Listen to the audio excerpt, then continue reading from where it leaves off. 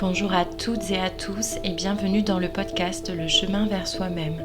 Ce podcast durant lequel je vous invite à voyager au cœur de vous-même afin de vous rapprocher un peu plus de votre liberté et de l'amour de vous. Je suis Marie-Catherine, ostéopathe, mais aussi thérapeute et accompagnante émotionnelle et je suis ravie de pouvoir vous transmettre les clés et les compréhensions issues de mon propre cheminement. Je vous souhaite une très belle écoute à tous.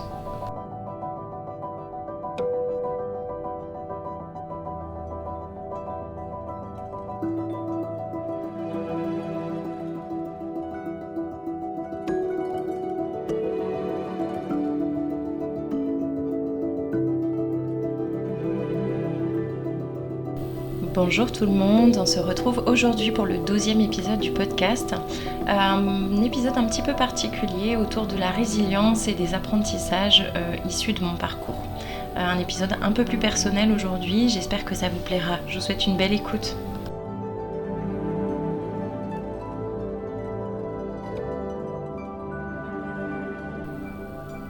Bonjour tout le monde, je suis ravie de vous retrouver aujourd'hui, on est le 27 mai. Ça fait un petit moment que je n'avais pas publié, disons que j'ai sauté un épisode il y a 15 jours, je pensais le rattraper, ça s'est pas fait. Voilà, tout est juste, j'ai été occupée sur plein d'autres choses et c'est la raison pour laquelle il en a manqué un. Voilà, je vous avoue que j'ai eu du mal à trouver le sujet de cet épisode aujourd'hui et finalement il m'est apparu il y a quelques minutes, quelques dizaines de minutes. Et je crois que ça représente un petit peu aussi bien l'état d'esprit dans lequel je suis. Et ça fait un petit bilan aussi. Voilà, donc j'avais envie aujourd'hui de vous parler de la résilience. C'est un concept dont on entend parler parfois, notamment dans voilà, tous ces milieux du développement personnel, de la spiritualité, etc. Et moi, je m'en suis fait un petit peu ma propre idée. Et aujourd'hui, je crois que c'est avec cette notion que je me sens le plus en paix. Et donc, c'est pour ça que j'avais envie de vous partager ça. Voilà. Par où commencer ? Alors déjà, la résilience, c'est différent de la gratitude. La gratitude, c'est le fait d'être reconnaissant pour les choses que l'on a, les choses que l'on est, les choses que l'on a vécues. Et c'est une énergie qui permet de remonter le taux vibratoire, la gratitude. La résilience, c'est un petit peu différent. C'est une notion déjà qui demande beaucoup de temps et qui est très liée, en fait, je crois, aux épreuves de vie que l'on traverse et à travers lesquelles, en fin de compte, on arrive à tirer des apprentissages et une forme de reconnaissance. Mais c'est légèrement différent de la gratitude, c'est pas tout à fait teinté de la même chose. Vous allez recevoir un cadeau, vous allez être très heureux, très en gratitude. La résilience, je crois qu'elle est indissociable du fait qu'il y a quand même eu des moments qui ont été difficiles, voire très difficiles. Et malgré tout, on arrive à trouver une forme d'apaisement intérieur vis-à-vis de ça. On ne peut pas être en gratitude quand on traverse une épreuve, un trauma. Je crois que ça ferait de nous des gens peut-être pas très normaux. Mais par contre, ce qui est intéressant est dans ce concept que moi j'ai cœur à développer, de cheminer vers soi-même et de tirer des enseignements de la vie que l'on vit. La résilience, elle est très appropriée parce que cet apaisement, je crois que vraiment il est important et c'est ce qui fait qu'on arrive à trouver l'alignement justement et qu'on arrive à retrouver notre chemin. Si je dois faire le lien avec ce concept du cheminement. Donc voilà, c'est pour ça que j'avais envie, alors pour parler de concepts aussi, je crois, de concepts un peu abstraits, mais et à la fois parlants, quoi de mieux que pour que vous puissiez le ressentir, peut-être vous transmettre quelques étapes de mon parcours. Et c'est pour ça que du coup cet épisode sera, je pense, un des plus personnels que je vous transmettrai.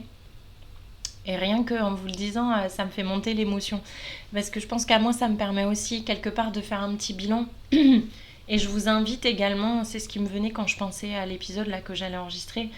Je trouve que c'est hyper intéressant parfois et gratifiant dans des moments où notamment on a encore une épreuve qui se présente à nous et où on a l'impression que ça s'arrête jamais et où on se dit mais c'est pas possible, qu'est-ce qui va encore arriver après. J'ai déjà déployé beaucoup d'énergie, voilà, je suis volontaire, j'ai envie, je me questionne dans le bon sens et malgré tout j'ai encore des épreuves qui arrivent. Je crois que selon l'incarnation que notre âme choisit, si on est effectivement plutôt dans une incarnation, on va dire, de travail sur soi et d'éveil à soi, d'éveil au monde, d'éveil à plein de choses, je crois que ça s'arrêtera que le jour de notre mort.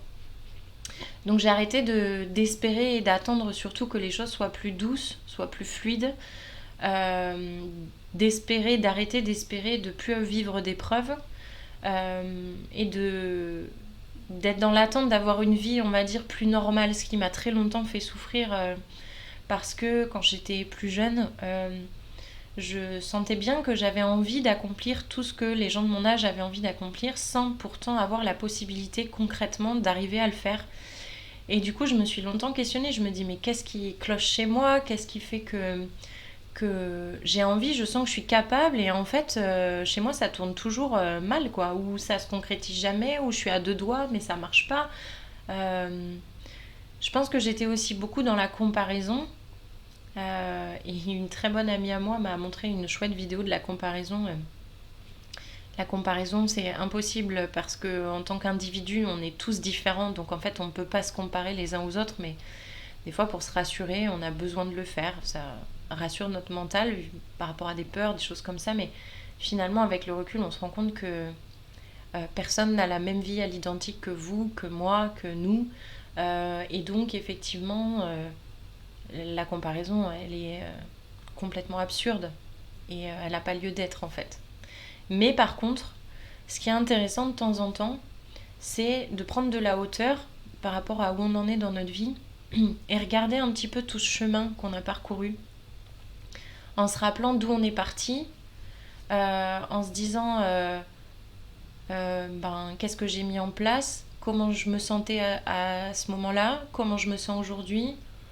Et finalement, on se rend compte que mais de tout ce qu'on a fait, de tout ce qu'on a traversé, de tout ce qu'on a transcendé. Et je crois que c'est un peu ça, la résilience. C'est de se dire, punaise, ah ouais, c'est vrai, j'avais oublié à quel point c'était dur, ça. Et aujourd'hui, je me rends compte que dans ce que j'ai créé maintenant, eh ben, sans ça, je l'aurais très certainement pas fait. Voilà. Bon, pour vous l'illustrer un petit peu, je vais vous parler un peu de mon parcours. Donc moi j'ai 30 ans aujourd'hui, je suis maman d'une petite fille qui en a 6. J'ai mon cabinet à moi et mon activité à moi depuis maintenant 2 ans, donc depuis 2022, mai 2022. Je suis loin d'être arrivée à là où peut-être j'aspire être, mais si je rebalaye, on va dire les 10 dernières années, les 9 ans en plus, ça correspond à une fin de cycle, on est sur des cycles de 9 ans, mais moi j'ai fait ma première dépression, j'avais 21 ans. Dépression qui, je pense, a été traitée, accompagnée, on va dire, de manière très classique avec un traitement antidépresseur. Et il y a 10 ans en arrière, c'est vrai que faire une dépression à 21 ans, c'était pas des plus communs. Il n'y en avait encore pas beaucoup, même si je pense que maintenant, il y en a de plus en plus. Et cette première dépression, je l'ai, je pense, un peu effacée avec le traitement, mais j'étais pas dans une démarche profonde, en fait, de recherche intérieure. Je me souviens même pas si à ce moment-là je voyais des psychologues. Si, je pense que je voyais un psychologue classique qui vous recevait 45 minutes, que vous payez 70 € et vous ressortiez en pleurant sans avoir tellement plus de réponses que ce que vous aviez avant d'entrer. Donc je fais une première dépression de 21 ans et j'en ai fait une l'année suivante à 22 ans. Non, 2013. Oui, non, 20 et 21, pardon. À 20 ans et la seconde à 21. Et cette seconde, elle a été terrible puisque là, j'ai fait une réaction physique au traitement. Et du coup, j'ai dû arrêter ce traitement, sauf que mon mal-être était, je pense, encore plus grand qu'à la première. Et je me suis retrouvée face à un mur en me disant, en fin de compte, c'était finalement que le même tableau que ce que je ressentais depuis que j'étais petite, mais en plus grossi, c'est-à-dire que je me suis toujours sentie différente des autres. J'ai jamais été une enfant qui passait partout. C'est-à-dire que peu importe les gens que je rencontrais ou dans les classes, je faisais toujours partie de ces élèves qu'on connaissait, même au niveau pas que au niveau des maîtresses, mais même au niveau de l'administration, tout ça. J'ai toujours été quelqu'un, j'ai toujours discuté avec les adultes, et parfois je me sentais même plus en phase avec les adultes qu'avec les enfants de mon âge. Au collège, j'ai sauté une classe, j'ai eu un parcours atypique aussi, parce que j'ai sauté la classe de 4e au collège. J'ai fait l'année de 4e et de 3e sur une même année, donc quelque chose d'hyper atypique. J'avais pas forcément tout le monde qui était avec moi. Donc en fait, je me rends compte que depuis petite, j'ai toujours eu un espèce de profil atypique. Et à ce moment-là, je pense que je voyais pas que c'était une force, parce que je le vivais comme j'étais pas comme tout le monde et j'étais pas normale comme tout le monde. Même au sein de mon cercle familial, mes parents sont mariés, ils sont encore ensemble. C'est pas sur ce schéma-là que j'ai senti des différences, mais c'était justement que ce noyau dur. Mes parents, mon frère, j'avais des grands-parents qui étaient très âgés, donc j'ai pas connu moi les vacances chez les grands-parents, les mamies gâteaux, tout ça. Et tous ces espèces de... J'ai pas eu une enfance malheureuse. Y en a qui vous disent les parcours d'éveil, il faut avoir des histoires terribles. Pas forcément, j'ai pas manqué d'amour de mes parents. Je m'entendais très bien avec mon frère. J'avais une enfance, on va dire, relativement normale, mais je pense que sur le plan émotionnel, il y avait déjà beaucoup de choses qui se jouaient, alors qui m'appartenaient à moi directement en histoire avec mes parents. Mon père travaillait loin, donc il était peu présent la semaine. J'ai appris à connaître mon père, je pense, hors temps de vacances, mais à l'âge de 16 ans, quand on a déménagé dans le sud-ouest. Et voilà, il y a eu des manquements, et je pense que c'est ça qui a créé du coup tous ces questionnements et tout ce vers quoi après j'ai été travailler. Donc voilà, et à cette deuxième dépression, du coup, ne pouvant pas compter sur un traitement médicamenteux, il a bien fallu que je trouve d'autres solutions, parce que vraiment, j'ai eu une période où je sortais pas de mon lit. La seule chose que je faisais, c'était aller marcher autour du lac avec mon chien à l'époque. Et tout me semblait une montagne, ce qu'on pourrait aujourd'hui assimiler à un burn-out, ou pour ceux qui sont un peu plus connectés à la spiritualité. Et je m'étalerai pas sur le sujet, mais à ce qu'on pourrait dire d'une nuit noire de l'âme aussi. Mais à ce moment-là, j'étais pas du tout là-dedans, donc je mettais pas ces mots-là, mais j'ai perdu 12 kilos en 3 semaines. Enfin, vraiment, c'est comme si tout mon monde s'était effondré, et ça a vraiment été terrible pour moi. Mes amis de l'époque comprenaient pas.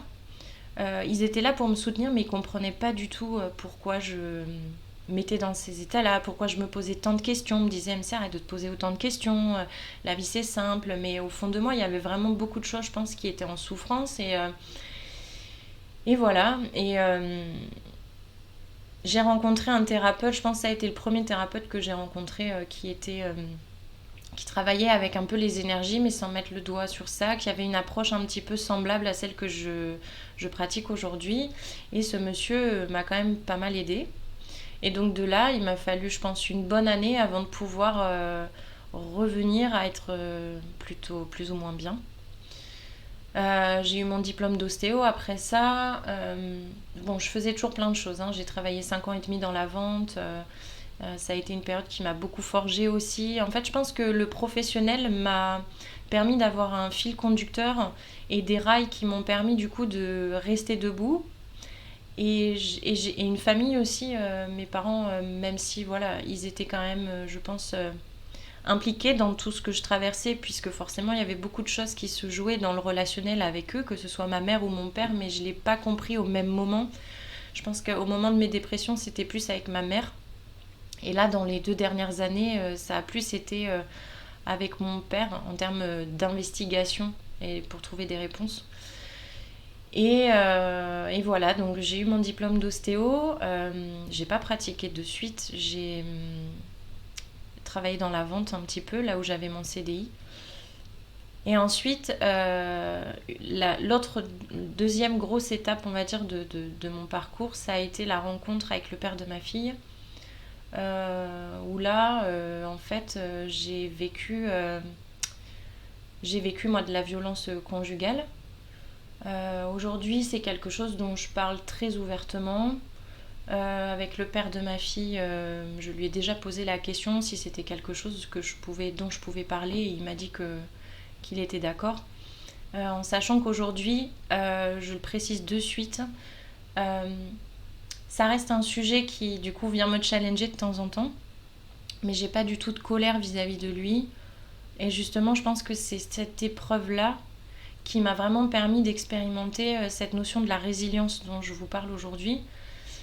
Parce que j'ai conscience que si j'ai vécu cette histoire-là dans ma vie, c'est que quelque part, pour m'accomplir aujourd'hui et être là où j'en suis, c'était une étape nécessaire probablement, douloureuse certes, terrible, mais à la fois, c'est ce qui me permet aujourd'hui de m'investir dans plein de belles choses, de pouvoir accompagner des femmes qui vivent ou qui ont vécu la même chose que ce que moi j'ai vécu, enfin pas tout à fait la même chose, mais quelque chose de similaire à ce que moi j'ai vécu.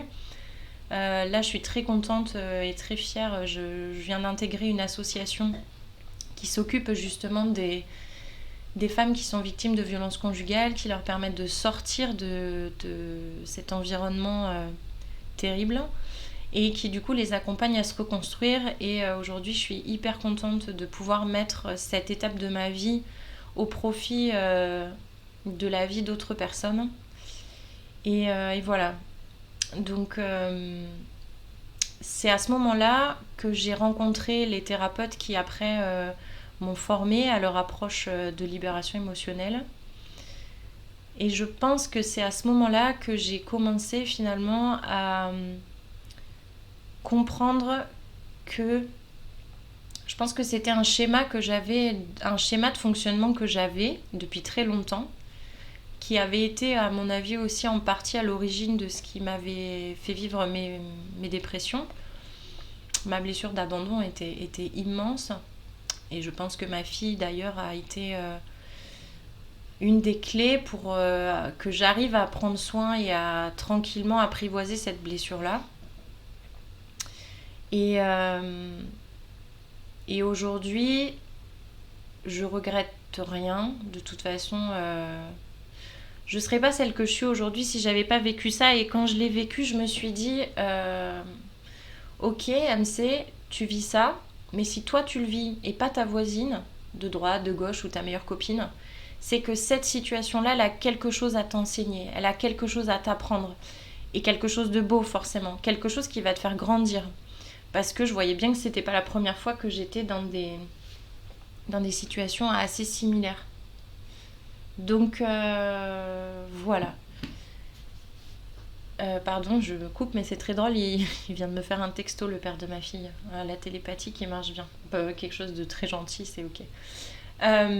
Donc voilà, cette épreuve-là, elle m'a permis plein de choses. Et le fait de le prendre comme ça, de me dire, ok, bon certes, pour pouvoir partir de chez moi, enfin pour fuir de chez moi et me sentir à peu près en sécurité, il y avait une procédure de plainte qui était en place. Donc il y avait cette procédure qui suivait son cours et pour laquelle j'avais pas de pouvoir de contrôle dessus. Mais à côté de ça, je me suis dit, tu peux pas compter que sur ça pour en fait aller tirer un enseignement de ça et avoir quelque chose qui se rééquilibre. Et c'est là où du coup, ça a été la deuxième grande étape parce que j'ai appris à aller apprivoiser mes traumatismes, mes croyances, les liens familiaux, le transgénérationnel. Et c'était des choses que j'avais pas, jusqu'alors investiguées sous cet aspect-là, sous cet abord-là. Et très certainement que si ça s'est fait comme ça, c'est que j'étais prête aussi. Et je suis passée vraiment par des moments très durs. Et je trouve que c'est aussi important de pouvoir vous le partager aujourd'hui parce que je suis pas quelqu'un qui prêche la bonne parole, je suis pas quelqu'un qui va vous dire ça c'est la vérité, il faut faire comme ci, il faut que vous alliez voir ça. Je fais des suggestions et je pense qu'en vous transmettant ça aussi, je suis pas qu'une thérapeute. Tous les jours, je travaille sur moi aussi, comme je chemine encore plus vers moi. Je suis plus du tout la même qu'il y a 4 ans. Ça fait 4 ans maintenant que c'est 4 ans et demi maintenant que je me suis séparée. Et voilà, je suis pas en gratitude, mais je me sens vraiment en résilience face à ça. C'est-à-dire qu'aujourd'hui, quand il se passe encore des choses avec le père de ma fille, Je sais que voilà, c'est encore des petits points, des petits trucs que j'avais pas encore vus, à aller investiguer, à aller creuser, mais ça ne me touche plus comme avant. Et d'ailleurs, depuis ça, tout au long de ce parcours, il y a plein de petites anecdotes, mais je pense que je vous ferai vraiment peut-être un épisode à part sur ça. Et de comment concrètement on sait qu'un point, entre guillemets, ou un lien inconscient qui nous relie à quelqu'un est réglé, enfin, c'est pas réglé, mais est coupé, ou que là, l'enseignement, c'est bon, il est compris, parce que de l'autre côté, il y a un retour qui se fait de lâcher prise, et sans même qu'on ait à en parler avec l'autre personne. Et donc, c'est très beau. Mais je pense que je vous ferai vraiment un épisode à part, parce qu'il y a vraiment des très belles choses qui sont sorties de ça après coup, avec le temps. Notamment une qui remonte à l'année dernière, qui était vraiment magnifique et à laquelle je ne m'attendais pas du tout.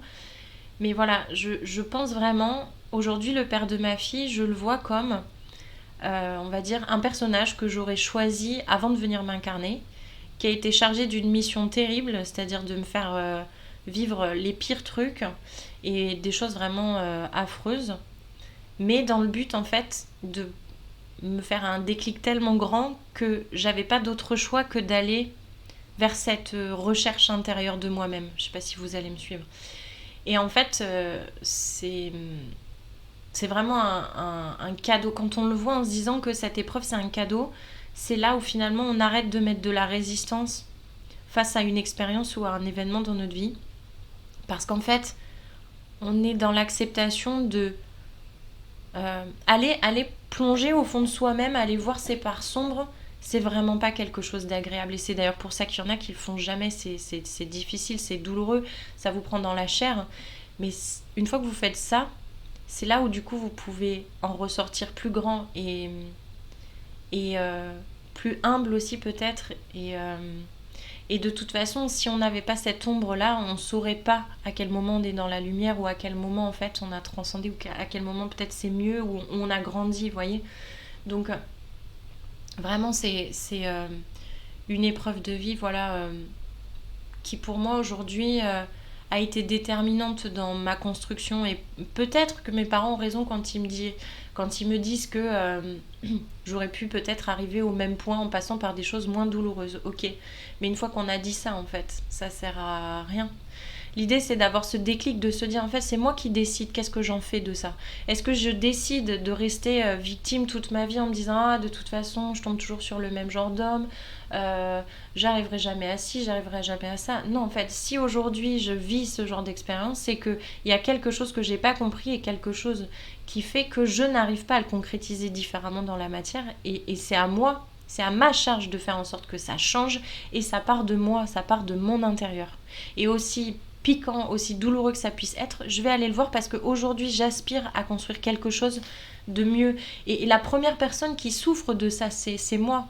C'est moi, c'est vous, c'est toutes les situations dans la vie. C'est pas l'univers ou Dieu ou je ne sais qui fait plouf plouf plouf, allez, elle, on va lui faire vivre ça, ça va être terrible. Non, absolument pas. Enfin, c'est pas ma croyance, du moins. Donc vraiment, ce que j'en retiens de tout ça, c'est vraiment ça. Peut-être que les choses auraient pu être différentes, peut-être qu'elles l'ont été dans une autre vie, peut-être que non, je n'en sais rien. Mais ce que je sais aujourd'hui, c'est que cette épreuve de vie-là, aujourd'hui, je compte même plus le nombre de personnes peut-être que j'ai qui ont trouvé peut-être un peu d'espoir dans mon témoignage de cette étape de ma vie qu'aujourd'hui j'ai pleinement intégrée.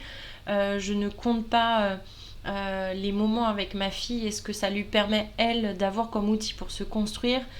Très probablement que lui aussi, de son côté, on a eu des discussions très profondes et très sincères, très vraies, et qui me font dire aujourd'hui que même pour lui, cette épreuve, aussi terrible qu'elle ait pu être pour lui aussi, l'ont forgé aussi, pas sur les mêmes points que moi, mais voilà. Et la vie, c'est que des rencontres comme ça, et qui nous font grandir et qui nous font évoluer. Donc voilà, ça c'est une étape, je pense, de ma vie qui a duré à peu près 2 ans. Alors, il y a eu la relation de 3 ans, et ensuite, quand je suis partie, la reconstruction, il s'est passé à peu près 2 ans, 2 ans et demi, je dirais. 2 ans, ouais, 2020, 2022. Parce que l'étape d'après, ça a été donc 2022. qui a été une année de transition énorme pour moi, sur plein de plans. Et le détonateur de tout ça, ça a été une rencontre que j'ai faite et qui a tout simplement mis ma vie sans dessous-dessous. Sans dessus-dessous. Pardon, vous avez compris le truc. Celle-là, j'en parle pas beaucoup parce que je pense qu'il y a peu de gens qui peuvent être à même de comprendre, à moins de l'avoir vécu, l'intensité de ce détonateur. Mais on peut retrouver ça aussi chez les gens qui font des expériences de mort imminente ou qui ont des gros traumas qui font que voilà, ils changent leur vie du tout au tout. Et en fait, ça m'a permis de passer à l'étape, on va dire, de ce qu'on appellerait peut-être l'éveil, c'est-à-dire qu'on a déjà conscience d'un peu ses fonctionnements, tout ça, mais sans forcément mettre des mots précis ou voilà. On a travaillé par rapport à un trauma, par rapport à une expérience douloureuse. Et l'éveil, c'est vraiment le fait de comprendre qu'il y a quelque chose de plus grand, quelque chose de beaucoup plus large qui ne nous touche pas que nous, mais qui nous relie tous les uns aux autres. Et tous les projets que j'ai mis en place, donc ça passe par l'ouverture de mon cabinet, ça passe par donc le fait d'abandonner une situation confortable où j'avais un CDI, un salaire fixe à plus de 4 000 € par mois, où j'avais rien à m'occuper, à reprendre tout à zéro avec un cabinet dans une région qui a quand même beaucoup d'ostéo et arriver quand même à en vivre très bien. C'est passé par la déconstruction de mes fonctionnements que j'avais depuis plus de 15 ans. Ça m'a fait revoir toutes mes blessures, mais quand je vous dis toutes, c'est vraiment toutes et je suis encore dedans. Toute ma vie aujourd'hui n'a absolument plus rien à voir avec ce qu'elle était il y a 2 ans. Et je pense que cette personne qui a été un peu le déclencheur de tout ça n'a même pas conscience en fait de toutes ces épreuves en fait que ça a déclenché chez moi. Et je lui suis très reconnaissante, même si probablement c'était peut-être pas volontaire de sa part. En attendant, l'effet il est là. Et c'est pas terminé, je pense aussi, mais finalement c'est là où intervient cette phrase de un de mes mantras aussi, que tout dans la vie est juste, que ce soit dans le déroulé, que ce soit dans le timing, c'est-à-dire à quel moment les choses se passent. Et là cette étape-là, ça m'a vraiment poussée à me remettre moi, l'amour de moi au centre en fait de mon fonctionnement et de mes questionnements, de ma réalisation. Je pense qu'en 2 ans, j'ai été voir autant, si c'est pas plus de points de travail sur moi que ce que j'avais fait les 7 dernières années. Donc en accéléré. Donc je vous laisse imaginer à quel point il y a certains moments où c'est vraiment très dense et à certains moments où vraiment c'est fatigant. Parce que j'ai aussi ma vie à côté et que voilà, ça chamboule vraiment tous les plans pro, perso, ma casquette de maman, voilà. Et à la fois de ça, il y a de magnifiques choses qui en ont éclos et qui en sont nées, notamment ce podcast, il n'existerait pas sans ça. Là, ce week-end, j'organise pour la première fois un week-end qui s'appelle Un bout de chemin. C'est pas tout à fait une retraite, mais voilà, du collectif. Cette association de femmes aussi dont je parlais tout à l'heure, voilà, il y a tout ça parce que j'ai pris confiance en moi, parce que j'ai su voir les signes que la vie m'envoyait. Et ça m'a permis d'aller vers cette piste-là qui aujourd'hui me réalise beaucoup. Et je me rends compte qu'aujourd'hui, la manière dont je construis ma vie, la manière dont j'envisage les choses, la manière dont je décide de faire les choses aussi, elle est beaucoup plus motivée aujourd'hui par mes aspirations à moi profondes. Et ça n'a été possible que parce que j'ai pu revenir à l'amour de moi, que je n'avais, je pense, pas ou très peu jusqu'alors. Et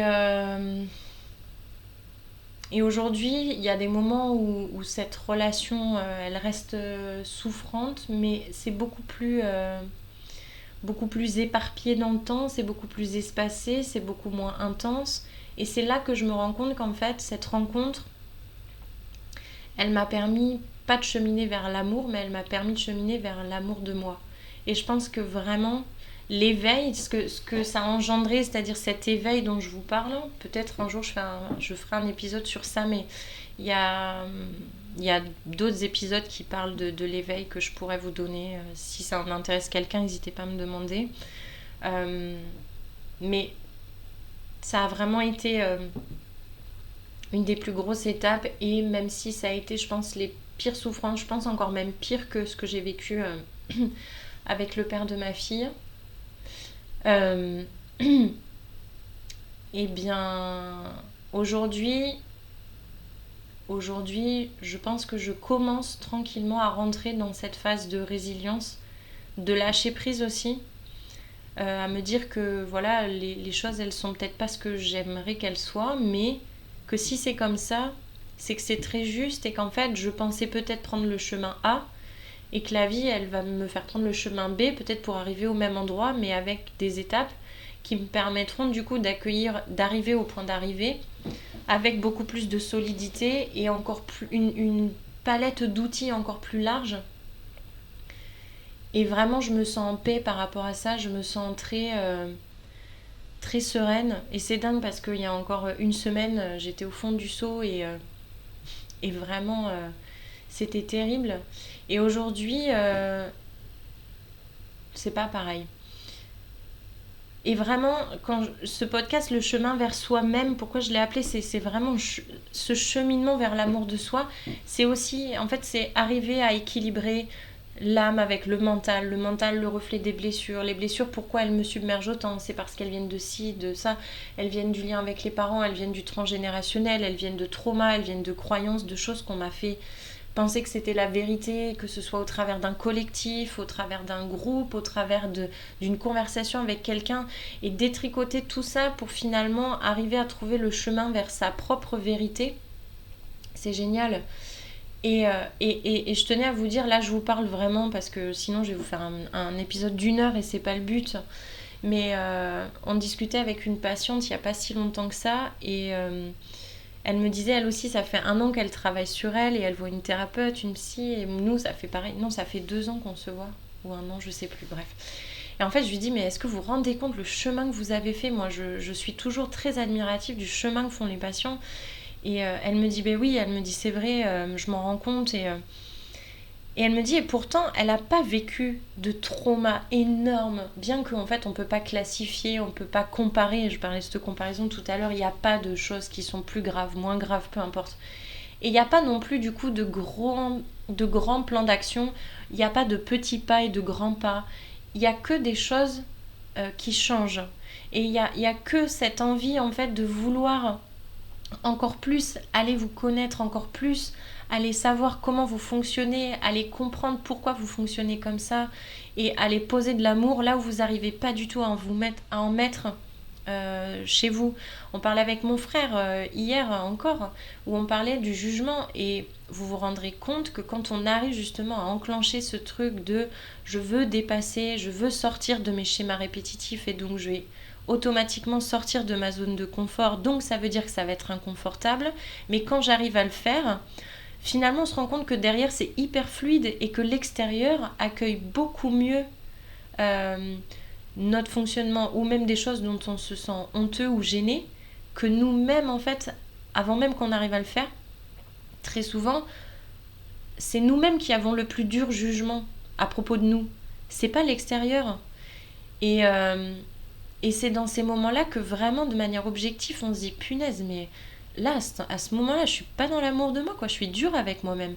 Et l'idée, c'est pas de se flageller, de se dire oh là là, non, non, non. C'est ok, ben je m'en rends compte, donc ça veut dire qu'il y a encore des choses derrière avec lesquelles je suis pas ok, des parts de moi que j'assume pas encore pleinement, et qu'effectivement le travail il est jamais fini.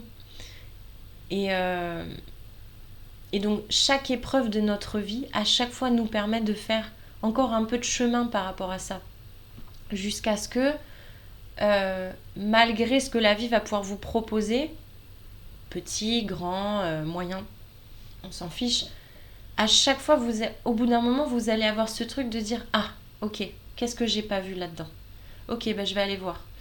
Et c'est ça la résilience, c'est cette capacité, je crois, d'accueillir la vie, de se laisser traverser par la vie, aussi chouette qu'elle puisse être, en se disant ah, là il y a un truc chouette, vraiment je profite et je mérite ce qui est en train de m'arriver, que les moments difficiles de se dire ah, ok, bon là c'est chouette, j'ai un indice encore pour me dire allez, je vais me rapprocher encore un peu plus de moi et de cette belle personne que je suis. Et c'est ça la résilience, je crois, à mon sens. Voilà, je pense que c'est à peu près tout ce que j'avais envie de vous dire. Alors, je ne sais pas si vous allez y trouver des notions qui pourront vous être utiles. Parce que j'ai toujours un côté, un truc qui résonne derrière qui me dit MC, tu fais l'égocentré, tu parles de toi pendant 30 minutes, c'est possible. Mais à la fois, je me rends compte que les fois où on le fait en individuel avec les patients, je sais qu'ils en ressortent toujours avec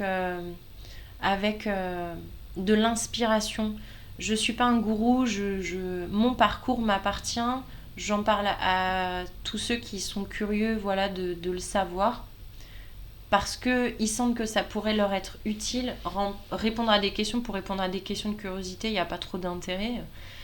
Mais si ça peut vous permettre à un moment donné de vous dire en fait, vous savez, parfois pour réussir à faire quelque chose, ce qui nous permet de le faire, c'est de dire ouais, mais lui il l'a fait et en fait il a réussi à le faire, donc c'est que ça doit être possible. Et du coup ça vous donne un peu cet élan de vous dire moi aussi je vais y arriver, même si c'est dur. Parfois on a besoin d'un petit coup de pouce, de se sentir tiré, de pas se sentir seul non plus face à ce qu'on traverse, parce que y a vraiment des fois durant ces 9 dernières années où vraiment je me suis sentie profondément seule. Alors il y a la bonne solitude, maintenant j'arrive à être seule avec moi et j'apprécie même de l'être, ce qui n'était pas du tout le cas il y a encore 2 ans. Mais vous savez, ces moments où en fait vous savez tellement plus quoi faire avec ce qui remonte corporellement, émotionnellement, vous savez même plus distinguer qu'est-ce qui vous traverse. Là ça vient jouer quoi, j'en sais rien, et puis j'ai plus envie de me poser les questions, mais ces émotions qui sont tellement violentes et comme des gouffres qui vous aspireraient, qui vous draineraient par le bas.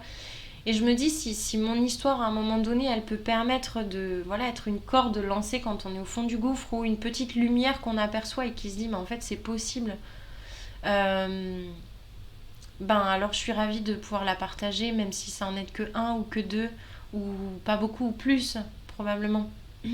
Mais je sais que ça a déjà aidé des gens, ça a déjà inspiré des personnes pour aller avoir cette force d'aller chercher au fond d'eux-mêmes cette même force que moi j'ai été chercher chez moi. La manière dont j'envisage mes accompagnements, c'est... Moi je ne guéris personne, que ce soit en ostéo, que ce soit en émotionnel. Je transmets des clés. Pour l'ostéo, je mets en lumière au niveau du corps des choses que le corps a oubliées. Une de nos grands principes en ostéopathie, c'est que le corps a tout ce dont il a besoin pour se guérir tout seul. C'est un peu comme si le médicament il était coincé dans le tiroir, donc moi je vais juste aider à débloquer le tiroir.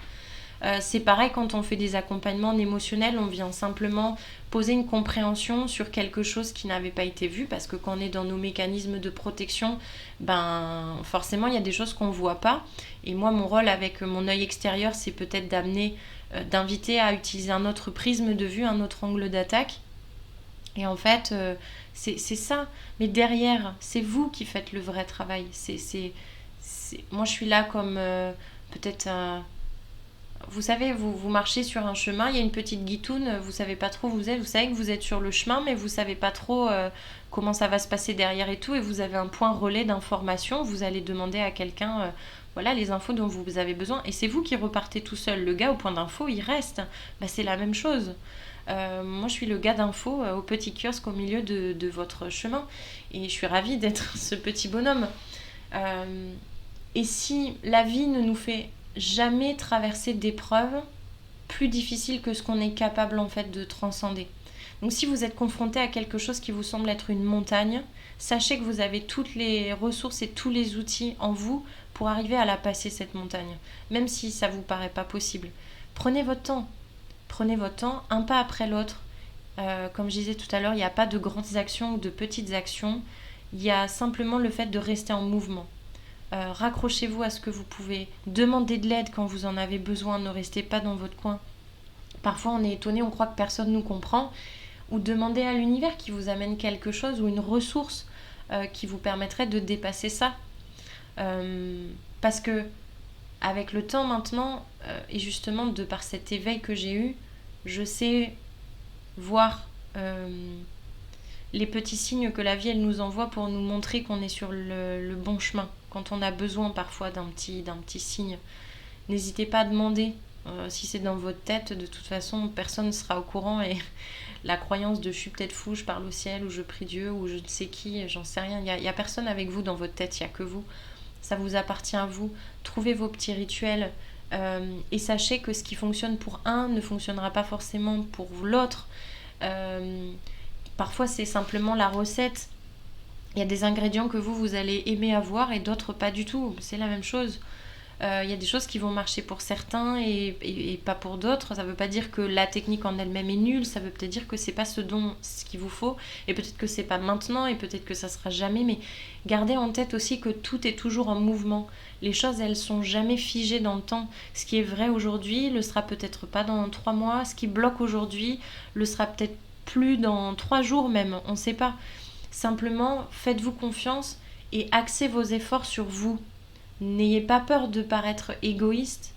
Je fais cette distinction ces derniers temps, pas mal de fois, la différence entre le fait d'être égoïste et le fait d'être égocentré. Égocentré, c'est le fait de tout le temps parler de soi, tout ramener à soi tout le temps. Être égoïste, on a le droit d'être égoïste. On a le droit parfois de ne pas avoir envie de donner aux autres. C'est pas que vous aimez pas l'autre, c'est juste que là, vous n'avez pas l'énergie de donner. Il n'y a rien de mal à ça. Apprenez à être égoïste. Et c'est comme tout, c'est important que ça reste équilibré. De temps en temps, on a besoin de donner aussi parce qu'on a besoin de se sentir utile et c'est ok. Et il y a des fois où on n'a pas envie. Ou on a carrément pas les ressources ni les moyens de donner. Donc, il n'y a pas de mal à ça. Remettez-vous au centre de votre vie. Utilisez l'extérieur comme un superbe voyant, comme quand une voiture, il y a un souci, elle vous affiche un voyant sur le tableau de bord. Quand vous avez un événement dans votre vie qui se passe, que ce soit dans du relationnel, quelque chose qui vient vous toucher, voyez cet événement comme un voyant qui va venir refléter en fait une part qui vous appartient, que vous n'avez pas encore vue et qui est encore en souffrance. Ça sert à ça. L'extérieur, les épreuves, les traumas, c'est des voyants qui s'allument. Et c'est ok, en fait ce voyant il veut dire quoi ? Partez faire les Sherlock Holmes, posez des questions. Moi je crois que depuis ces 2 dernières années, j'ai jamais autant été chercher d'infos parce que c'était tellement douloureux à l'intérieur de moi et tellement tout se déconstruisait, j'avais vraiment l'impression que ma vie s'effondrait, qu'il restait plus rien quoi. Et à la fois, du coup, quand vous avez tout qui s'effondre, vous pouvez tout reconstruire de zéro et faire peut-être même quelque chose d'encore mieux que ce que vous aviez imaginé. Et seulement, il faut commencer par les fondations, tranquillement, à votre rythme. Et ça prend du temps. Donc voilà, je pense que c'est ça que je voulais vous transmettre aujourd'hui. Il était très spontané, cet épisode. Vraiment, j'avais fait aucune trame, il m'est venu comme ça. Mais je pense que c'est aussi la marque de fabrique de ce podcast qui me tient vraiment à cœur, qui est le reflet de tout ça. Et avec des mots et avec des épisodes de 35-45 minutes, c'est impossible de pouvoir vous transmettre tous les apprentissages que j'ai eu fait. Et comme j'en aurai d'autres, il y en aura encore très certainement plein d'autres. Mais voilà, je pense que c'est cette sincérité et cette authenticité que j'ai qui fait aussi qui je suis. Et voilà, donc c'est en toute humilité que je vous parle de tout ça. Vraiment je vous invite, si le cœur vous en dit ou si vous avez des questions, à venir m'écrire sur mon Instagram professionnel du coup, qui est le chemin de l'âme avec des points entre chaque mot, donc le.chemin.2.l.âme. je serais ravie d'échanger avec vous. Si vous avez envie d'un live pour en parler aussi, c'est quelque chose que je suis ok de faire avec grand plaisir. Voilà, donc vraiment... et n'hésitez pas aussi peut-être à partager cet épisode-là si vous connaissez des gens qui traversent des choses, voilà, et que vous dites, ah ben tiens, ça pourrait aider ma copine, un tel, d'entendre ça. Ça sera vraiment avec plaisir parce que je le fais voilà, pour que... Je peux pas changer le monde. Je peux pas aujourd'hui aller au gouvernement, mettre le feu partout et parce que je suis pas en accord avec ce qui se passe. Ça se passe et c'est nécessaire que ça se passe. Par contre, le changement que je peux induire moi à mon niveau, c'est ce que je vibre et les gens que ça va toucher derrière, comme une contamination avec un virus, mais là avec une très belle intention, une intention voilà, de pureté, d'amour, de liberté saine et d'équilibrage. Et c'est ça finalement mon pouvoir d'action dans ce monde aujourd'hui, c'est ça. Si je peux transmettre des choses et faire grandir en fait ces changements on va dire de mentalité, c'est pas vraiment le bon mot, mais voilà, de fonctionnement, d'avoir un regard différent sur ce qui se passe et d'impulser peut-être un peu d'espoir ou de lueur en fait dans la vie de qui que ce soit, en fait c'est déjà un pari gagné. Donc voilà, c'est pour cette raison que vous pouvez partager si vous voulez, laisser un commentaire et une note aussi au podcast, ça permettra de le faire remonter pour des gens à qui ça pourrait être utile. Et voilà, je vais m'arrêter là. Je vous souhaite une très très belle journée à toutes et à tous. Et je vous dis à très bientôt, normalement 15 jours, si là je saute pas de récurrence du podcast. Et je vous dis à très bientôt, prenez bien soin de vous. Bye bye.